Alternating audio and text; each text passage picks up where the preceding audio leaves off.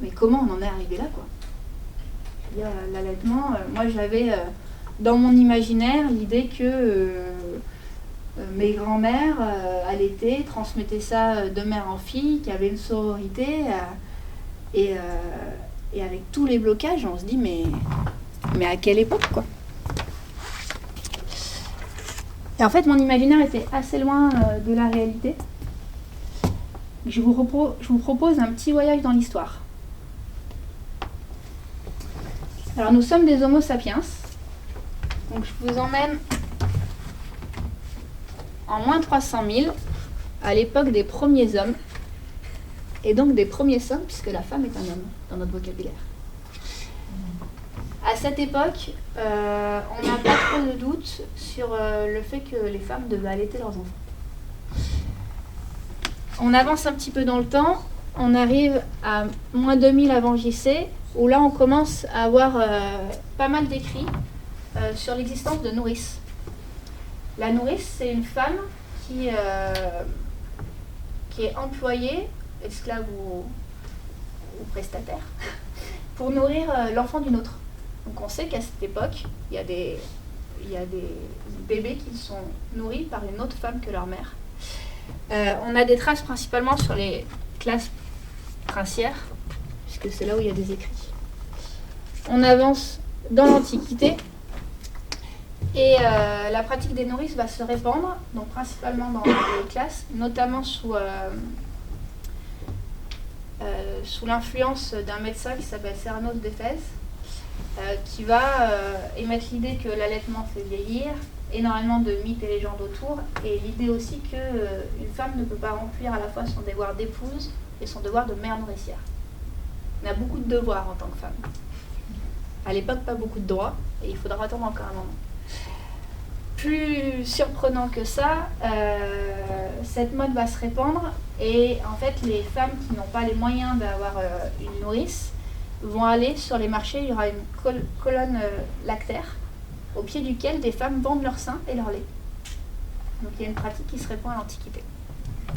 La pratique de la nourrice va être de plus en plus répandue au Moyen-Âge, et pour une raison assez simple, c'est qu'il y a une croyance extrêmement forte qu'une femme ne peut pas allaiter et avoir des relations sexuelles. Alors autant vous dire que dans une époque où la religion catholique est très forte, où l'adultère est interdit, il est hors de question que le mari renonce à son droit conjugal le temps d'un allaitement. D'autant que le devoir de la femme, c'est de créer une descendance, que l'allaitement a un rôle contraceptif naturel, et l'abstinence encore plus.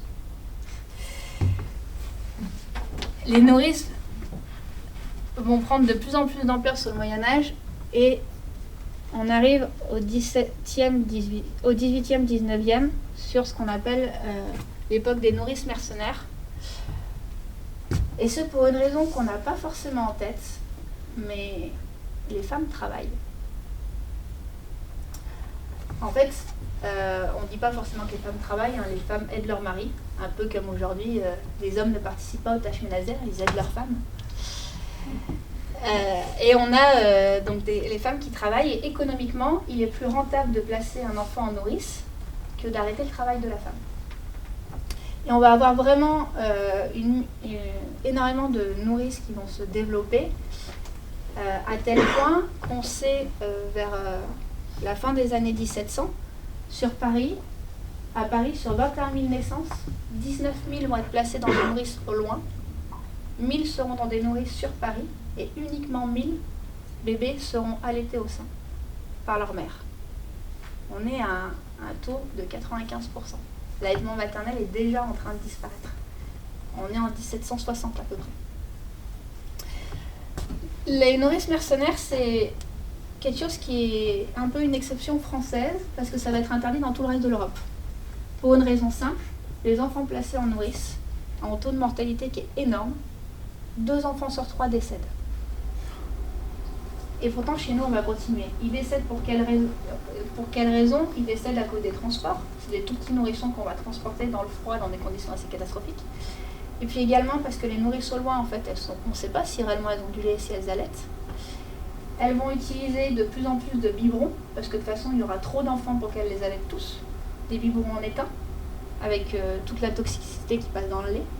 Des nourritures pas adaptées, lait animal, bouilli. Et en fait, on va avoir un taux de mortalité catastrophique. Ça va quand même inquiéter les autorités, qui vont faire le constat à l'époque que les conditions de travail ne permettent pas d'allaiter. On a beaucoup évolué quand même.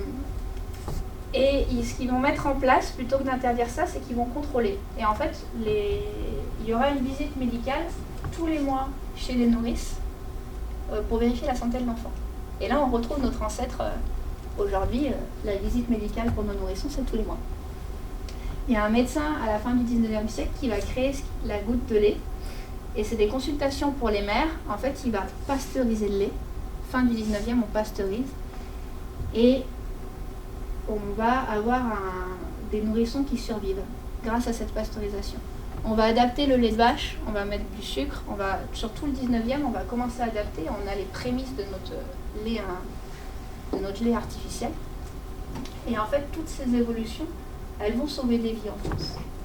Et le lait artificiel, en France, va effectivement sauver des vies, vu l'état dans lequel on était.